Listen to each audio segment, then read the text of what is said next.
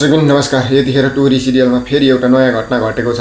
जुन घटना चाहिँ हामीले कल्पना गरेभन्दा अलिक फरक किसिमको छ। किनभने जुन किसिमले चाहिँ बेनिसाको मितिनी मिलेर चाहिँ यतिखेर माइला र सम्झनाको परिवारलाई दुःख दिइरहेका छन्। जुन किसिमले सम्झनालाई चाहिँ मर्नु न बाँच्नु अवस्थामा मरसन्न अवस्थामा पुर्याइरहेका छन्। यो हरकतहरूको लागि चाहिँ यतिखेर टोरीलाई नाग भगवानले एउटा कुनै बाटो देखाउन खोजिरहनु भएको थियो।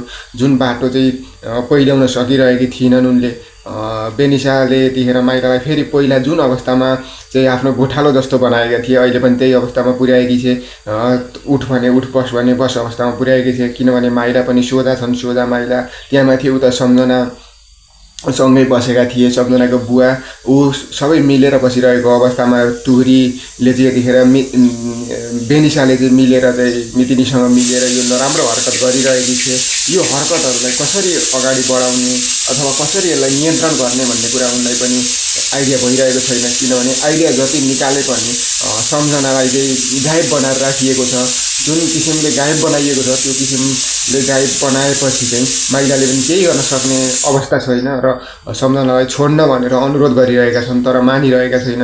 उनीहरू मानिरहेका छैनन्। जबकि माइलासँग सम्बन्ध राम्रो हुँदैन अनि एउटा बच्चा जब हुँदैन तबसम्म नछोड्ने भनेर बेनिसाले अडान लिएकी छिन्। तर यतिखेर अब घटनामा ट्विस्ट आएको छ।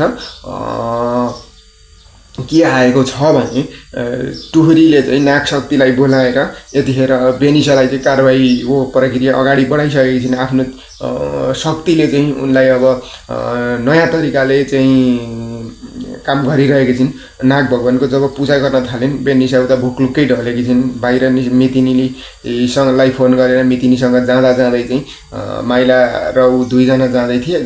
जाने क्रममा चाहिँ उनी भक्लक्कै ढलेकी छिन्। अब यो घटनाले झन् एउटा नयाँ ट्विस्ट ल्याउनेवाला छ। एकदम राम्रो भएर झन् अर्को भाग आउनेवाला छ। तपाईँहरूले नछुटाइ हेर्नु होला र यस्तै किसिमका भिडियोहरू हेर्न चाहनुहुन्छ भने यो च्यानललाई पनि सब्सक्राइब गर्न सक्नुहुनेछ।